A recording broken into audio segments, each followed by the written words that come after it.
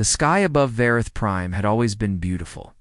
It glowed with soft purple light during the day and sparkled with 3 moons at night. The Volari people loved their sky. They would sit on their balconies and watch the stars move slowly across the darkness. They believed the universe was peaceful. They believed they were safe. They were wrong. High Counselor Thyrus stood at the great window of the council chamber. He was tall for a Volari, with pale blue skin and large silver eyes that could see far into the distance. His hands were thin and delicate, like all Volari hands. His people had never needed strong bodies. They had built their civilization on ideas, not violence. They traded with other species. They made art and music. They studied the stars. But now those stars were blocked by shadows. Dark shapes moved across the sky, growing larger with each passing moment. Ships. Hundreds of ships. They were ugly and angular, covered in spikes and weapons. The symbol of the Korthok's dominion was painted on their hulls in blood red. "They have broken through the outer defense line," said Myrelle, stepping up beside Thyres. She was his most trusted advisor, younger than him, but wise beyond her years. Her voice was steady, but Thyres could see the fear in her eyes. "How long until they reach the surface?" Thyres asked. 2 hours, perhaps less. Thyres closed his eyes. He had hoped it would not come to this. For months, the Korthaks had demanded that the Volari surrender their world. They wanted the rare minerals deep beneath the planet's surface. They wanted slaves to work in their mines. The Volari had refused. They had believed their shields would protect them. They had believed other species would come to help. No one came. The Volari defense fleet had fought bravely, but they were not warriors. Their ships were built for exploration, not combat. The Korthaks had torn through them like paper. Now burning wreckage drifted in orbit, and the planetary shields were failing. "What do we do?" Myrelle whispered. Theris did not answer. He watched as a Korthak's warship fired a beam of green energy at the surface. The beam struck a city on the horizon. A flash of light, then smoke rising into the purple sky. Thousands of lives gone in an instant. His people were dying, and he could do nothing. "There must be something," Myrelle said. "Some weapon we have not tried. Some ally we have not contacted." "We have tried everything," Theris said. "We have contacted everyone. The galaxy has abandoned us." Myrelle was quiet for a long moment. Then she spoke again, her voice barely above a whisper. "There is one possibility. Something from the ancient archives." Theris turned to look at her. "What do you mean?" "The old texts speak of a species from a distant part of the galaxy. A spiral arm far from here. They call themselves humans." Thyres had heard the name before. Humans. It was spoken in stories told to children, tales of strange beings who refused to accept defeat. Most Volari believed they were myths, legends created to explain unusual events in the galaxy's history. "The humans are not real," Thyres said. "They are fairy tales." "Perhaps," Myrelle said. "But the archives contain records, coordinates, a beacon frequency that was supposedly used to contact them long ago. Even if they exist, why would they help us? We have nothing to offer them." Myrelle looked out at the burning sky. "The records say humans have a strange quality. They cannot ignore those who ask for help. They are drawn to desperate causes. They fight hardest when the odds are against them." Thyres thought about this. It sounded impossible. What kind of species would travel across the galaxy to fight a war that was not their own? What kind of beings would face an enemy as powerful as the Korthak's dominion with nothing to gain? Another explosion shook the ground beneath their feet. More screams in the distance. More death. "Activate the beacon," Theris said. Myrelle's eyes widened. "You believe they will come?" "I believe we have no other choice. Our fleet is destroyed. Our shields are falling. Our people are dying. If the humans are real, they are our only hope. If they are not real, then we will die anyway." Myrelle nodded and hurried from the chamber. Therese returned his gaze to the window. The Korthak ships were closer now. He could see their weapons charging, ready to fire again. His beautiful world was being torn apart, and all he could do was watch and pray. Pray to beings he did not believe in. Prey to legends and myths. Prey to humans. Deep beneath the council building, Muriel found the ancient beacon. It was covered in dust and had not been activated in thousands of years. She cleaned it carefully and connected it to the power grid. Her fingers trembled as she entered the frequency from the old texts. The beacon hummed to life. A pulse of energy shot upward, through the building, through the atmosphere, and into the darkness of space. It traveled faster than light, carrying a simple message in a language the Volari did not understand. Help us. We are dying. Please come, Muriel did not know if anyone would hear it. She did not know if the humans were real.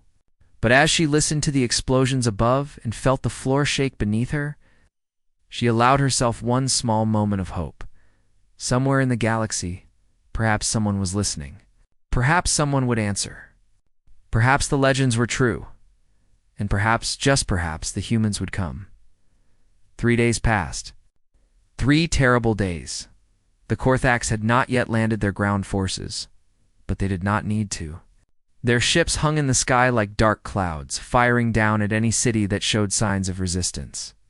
The Volari had retreated underground, hiding in bunkers and caves. They waited for death. They had given up hope. All except Therese. The High Counselor sat in the underground command center, watching the sensor screens. His eyes were tired and red. He had not slept since sending the beacon signal. Muriel had told him to rest, but he refused. He wanted to be the first to know if anyone answered. The beacon has been silent, Muriel said gently. Perhaps we should accept that no one is coming. Therese did not respond. He just kept watching the screens. Then something happened. A flash of light appeared at the edge of the sensor range. It was small, barely visible among the massive Korthax warships. But it was moving fast. Very fast. What is that? Muriel asked, leaning closer to the screen. I do not know, Thyres whispered. The object came out of hyperspace and stopped suddenly. It was a ship, but unlike any ship the Volari had ever seen. It was angular and rough, covered in scars and burn marks. Weapons stuck out from every surface. It was small compared to the Korthax vessels, no bigger than a cargo transport. But there was something about it that made Thyres' heart beat faster. A communication signal came through. The voice that spoke was deep and calm, using the common galactic language. This is Captain Jake Holloway of the human vessel Endurance. We received your distress signal. We are here to help. Muriel gasped. Thyres felt his legs go weak. The humans. The humans were real, and they had come. This is High Counselor Thyres of the Volari people, he said, his voice shaking. We are grateful beyond words, but you must understand what you face. There are hundreds of Korthax warships above our world. You are one small ship. There was a pause. Then the human laughed softly. We know. We counted them on the way in. Thyres did not understand. Was this human insane?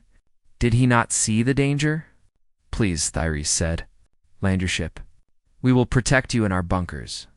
There is no need for you to die with us. We didn't come to hide, the human said. We came to fight. Send us your coordinates. We will meet you on the surface. The communication ended. 1 hour later, the human ship landed near the bunker entrance. Thyres, Muriel, and a group of Volari guards went to meet them. What they saw made them stop and stare. The ship's door opened, and 3 humans stepped out. The first was a man named Jake Holloway. He was tall and broad, with short dark hair and a face that looked like it had been carved from stone. His eyes were sharp and focused, scanning the area for danger. He moved like a hunter, each step careful and deliberate. Behind him came a woman named Katie Monroe. She was smaller than Jake, but her eyes held the same intensity. She carried a datapad in one hand and a weapon in the other. Her blonde hair was pulled back tight, and her expression was serious.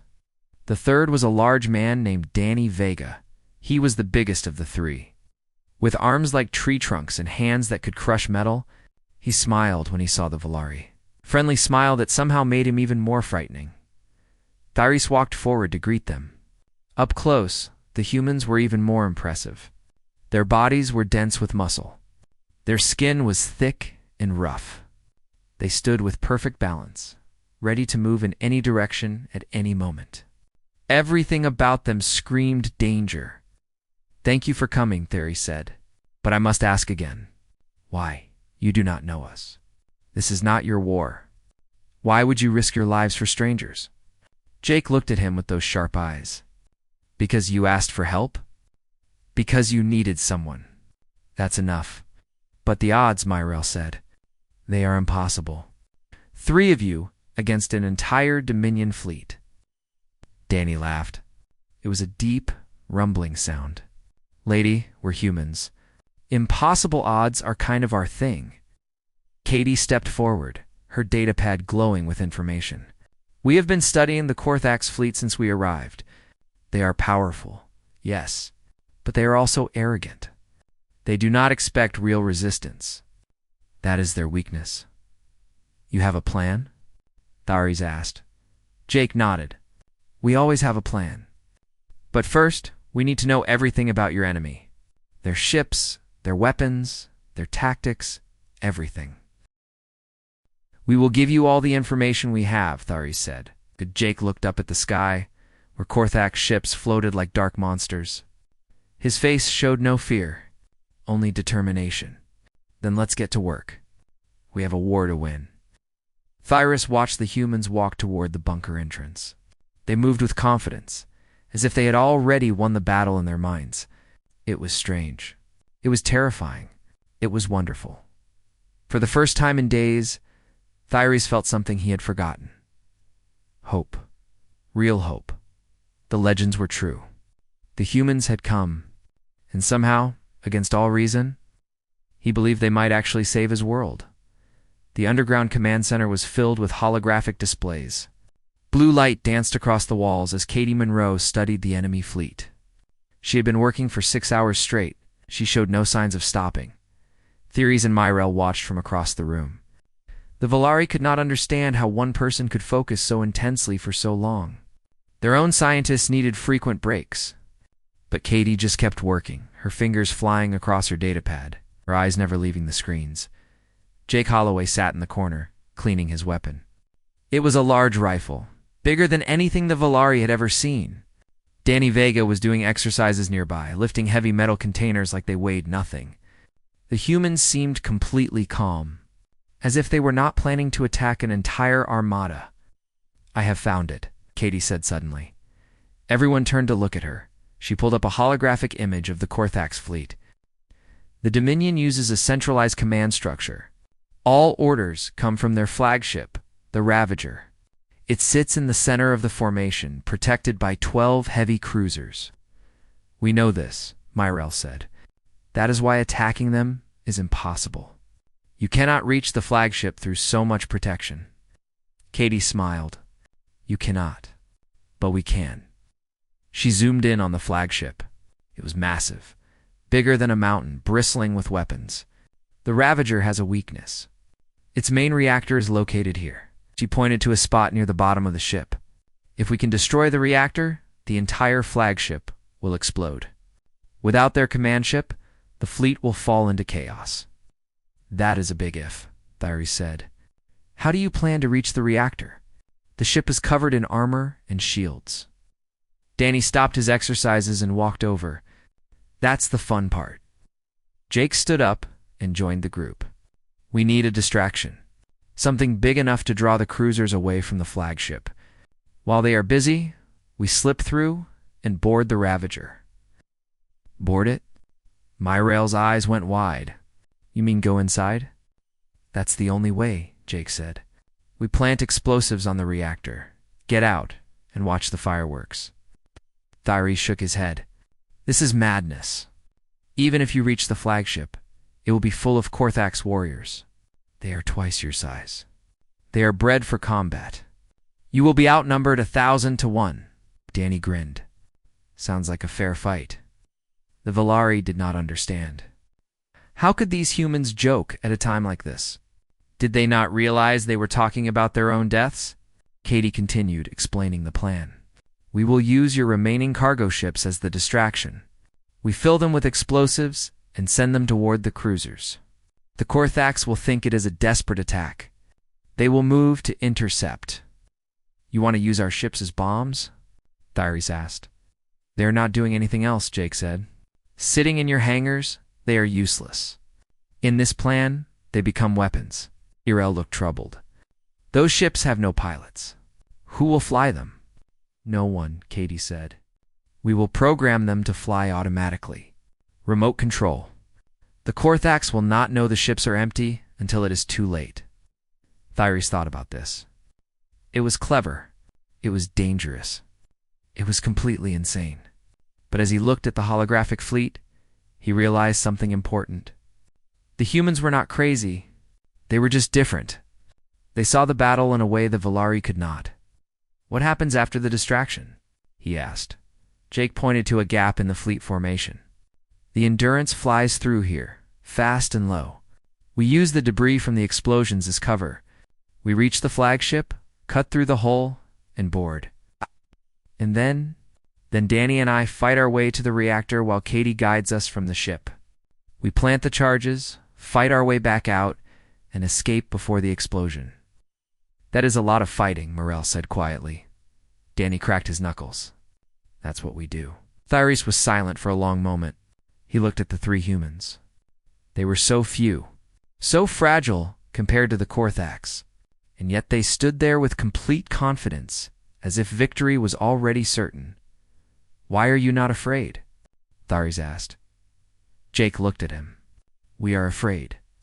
Every soldier is afraid before battle. But fear does not stop us. It drives us. It makes us sharper, faster, stronger. We take our fear and turn it into fuel. I do not understand, Thyres admitted. Oh, you do not need to understand, Jake said. You just need to trust us. Thyres looked at Myrel. She nodded slowly. Very well, Thyres said. We will follow your plan. We will prepare the cargo ships. We will give you everything you need. Katie smiled. Good. We launch at dawn. The next few hours were busy. The Volari worked through the night, loading explosives onto their cargo ships and programming the flight computers.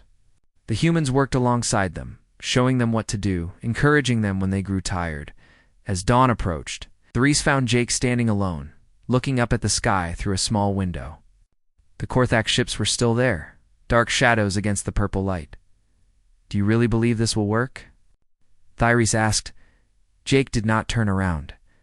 I believe we will give everything we have. I believe we will fight with all our strength. I believe we will not give up, no matter what happens. That is not the same as believing you will win. Jake finally turned to face him. No, it is not. But it is something better.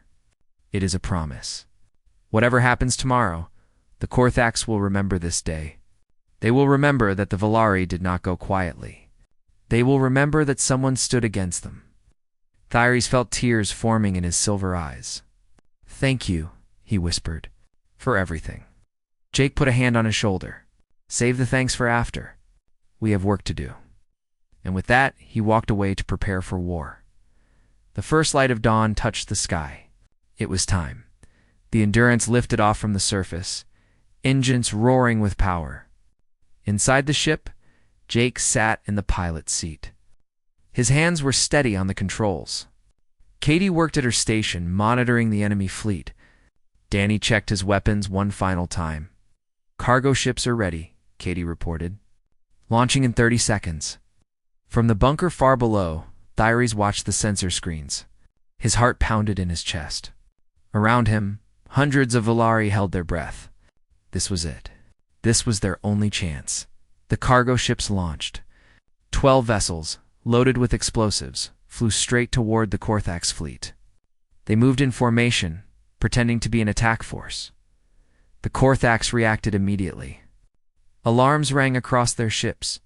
The cruisers surrounding the flagship broke formation, moving to intercept the incoming threat.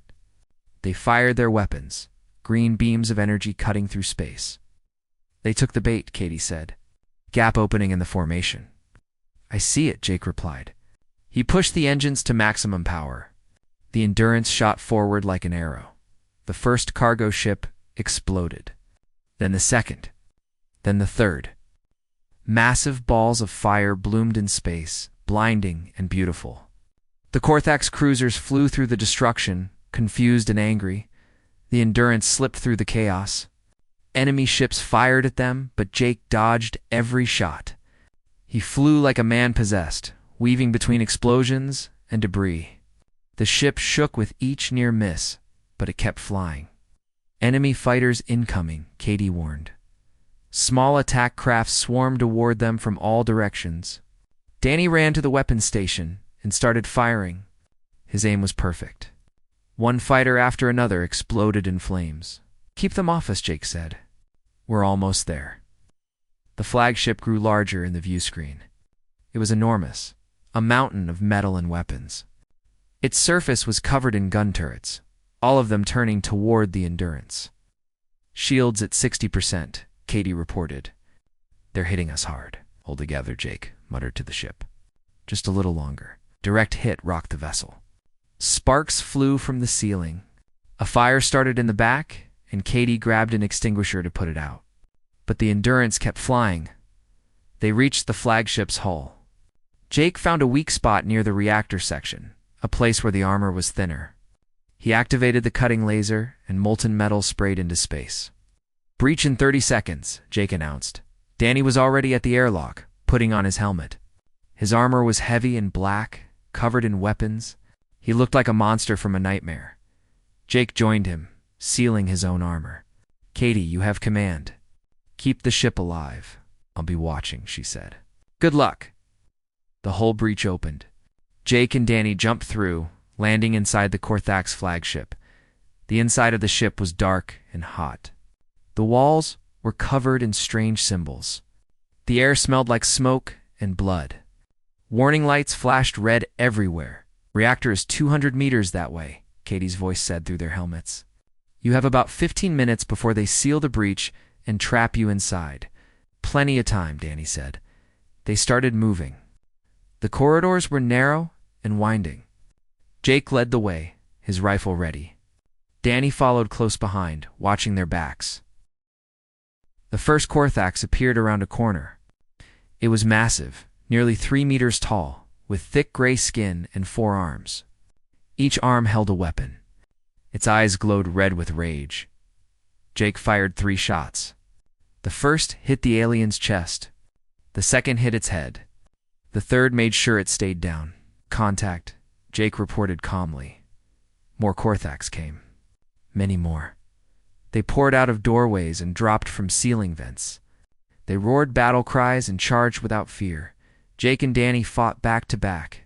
Their weapons never stopped firing. When the aliens got too close, they used knives and fists. Blood splattered the walls. Bodies piled on the floor. Danny took a hit to his shoulder. The alien blade cut deep, and red blood flowed down his arm. But he did not stop.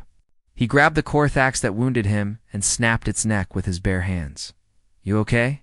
Jake asked. "Just a scratch," Danny grunted. They kept moving. Every step was a battle. Every corridor was filled with enemies. But they pushed forward, refusing to stop, refusing to die. Finally, they reached the reactor room. It was huge, filled with glowing energy cores and pulsing machinery. The heat was intense. "Set the charges," Jake ordered. Danny pulled out the explosives. His wounded arm made the work slow, but he placed each charge carefully. Jake stood guard at the door, cutting down any Korthax that tried to enter. "Charges set," Danny said. "Timer is 5 minutes. Then let's get out of here." They ran. The Korthax chased them, screaming with fury. The corridors seemed longer on the way back, the enemies more numerous. Jake was hit twice, but his armor held. Danny was slowing down, his wound bleeding badly. "Come on," Jake urged. Almost there. They reached the breach. Katie had kept the Endurance in position, hovering just outside the hole in the hull. They jumped across the gap, crashing into the airlock. "Go," Jake shouted. "Go now." Katie hit the engines. The Endurance rocketed away from the flagship. Just as the first charge detonated, the reactor exploded. The flagship broke apart in a massive fireball. Pieces of metal flew in all directions. The shock wave spread across the fleet, damaging nearby ships. And in the center of it all, the great command vessel of the Korthax Dominion turned to dust and ash dot inside the Endurance. The three humans watched the destruction in silence. Danny laughed weakly, holding his bleeding shoulder. "Boom," he said. Jake allowed himself a small smile. "Let's go home." And the little ship, battered and burned but still flying, turned toward the planet below. The Korthax fleet fell apart. Without their flagship, the Dominion ships had no orders. Their commanders panicked. Some tried to attack each other, thinking there had been a mutiny. Others simply ran, jumping into hyperspace and fleeing the system as fast as they could. From the bunkers below, the Valari watched in amazement. Their sensors showed enemy ships scattering in all directions. The armada that had seemed so invincible was now a broken mess of confusion and fear. Theris stood at the center of the command room, tears streaming down his pale blue face. Around him, his people were crying too. Some laughed. Some fell to their knees. Some simply stood in silence, unable to believe what they were seeing. "They did it," Myrel whispered. "The humans actually did it." 1 hour later, the sky was clear. The last Korthax ship had fled. For the first time in weeks, the suns shone down on Vareth Prime without enemy shadows blocking the light. The Valari emerged from their bunkers slowly. They looked up at the sky with wonder. Children pointed at the clouds. Parents held each other and wept. The nightmare was over, and then they saw the Endurance. The little ship descended through the atmosphere, trailing smoke from a dozen wounds. Its hull was blackened and torn. One of its wings was nearly destroyed. It looked like it should not be flying at all, but it kept coming. It landed in the central plaza, the same place where the Valari had once held festivals and celebrations. A crowd gathered around it. Thousands of people pressing forward to see the heroes who had saved their world. The ship's door opened. Katie came out first. She was covered in soot and her uniform was torn, but she walked with her head held high. Behind her came Jake, limping slightly from his wounds. And finally Danny appeared, one arm in a makeshift bandage, the other arm raised in greeting. The crowd went silent. Thyres pushed his way through to the front. He stood before the humans, looking up at them with eyes full of gratitude. He tried to speak, but words failed him. What could he possibly say? What thanks could ever be enough? Jake spoke first. "Is everyone okay? Any more threats we need to know about?" Thyres almost laughed. These humans had just destroyed an entire fleet, nearly died in the process, and their first question was about the safety of others. "We are safe," Thyres finally managed to say. "Because of you, we are safe." Cheer erupted from the crowd. The Valari shouted and clapped and stamped their feet. The sound echoed across the plaza, across the city, across the entire planet. It was the sound of joy, the sound of freedom, the sound of a people who had been given back their future. Jake held up a hand, and the crowd went quiet again. "We didn't do this alone," he said. "Your people prepared those cargo ships. Your people gave us the information we needed. Your people never gave up hope, even when things looked darkest. This victory belongs to all of us." Ari shook his head. "You are too humble. Without you, we would be dead. Our cities would be rubble. Our children would be slaves." "Then make sure it was worth it," Jake said. "Rebuild. Grow stronger. And if anyone ever threatens you again, call us. We will come back." Danny grinned, despite his pain. "Yeah, we kind of enjoyed this." The crowd laughed. Even the humans smiled. Over the next few days, the Valari began to recover. They put out fires and cleared rubble. They treated the wounded and honored the dead. And they celebrated. They celebrated with food and music and dancing. They celebrated because they were alive. The humans stayed to help. Jake organized repair crews. Katie helped restore communication systems. Danny, even with his injured arm, lifted heavy equipment that would have taken 10 Valari to move. On the final night before the humans left, Thyres hosted a dinner in their honor. The finest foods were prepared. The best musicians played. The entire council attended to show their respect. During the meal, Mirel approached Jake with a question that had been bothering her since the beginning. "May I ask you something?" "Of course. When you arrived, you were only 3. One small ship against an empire. You must have known you might die. Yet you came anyway. Why? What makes humans do such things?" Jake thought for a moment. "It's hard to explain. We come from a planet called Earth. It is not an easy place. Our history is full of struggle and pain. We have fought each other, hurt each other, nearly destroyed ourselves many times. That sounds terrible. But through all that suffering, we learned something. We learned that giving up is worse than dying. We learned that helping others makes us stronger. We learned that the only thing worth fighting for is the chance to make tomorrow better than today." Mirel listened carefully. "When we received your signal," Jake continued, "we did not think about the odds.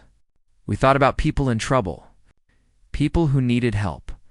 And for humans, that is enough. That is always enough." The next morning, the Endurance lifted off from the plaza. It rose slowly, its damaged engines straining. But it climbed steadily toward the stars. Thyres watched until the ship was just a dot of light in the purple sky. Then it vanished into hyperspace, and the humans were gone. But their story remained in the months that followed. The tale spread across the galaxy. Traders carried it from system to system. Diplomats whispered it in councils. Warriors repeated it before battle. A single human ship, 3 warriors. An entire Dominion fleet defeated. Species who had never heard of Earth began to listen. Species who had feared the Korthax began to hope. And somewhere in the darkness of space, the Korthax Dominion heard the story too. They heard how 3 humans had destroyed their greatest fleet. They heard how a tiny ship had brought down their mightiest vessel. They heard how a species called humanity had come from the edge of the galaxy to fight for strangers. And, for the first time in their history, the Korthax felt something unfamiliar. Fear. Deep in space, the Endurance flew on. Jake, Katie, and Danny did not know they had become legends. They did not care about fame or glory. They were just looking for the next signal, the next call for help, the next chance to make a difference, because that is what humans do. That is what humans will always do. And somewhere out there, in the infinite darkness between the stars, another distress beacon was beginning to flash.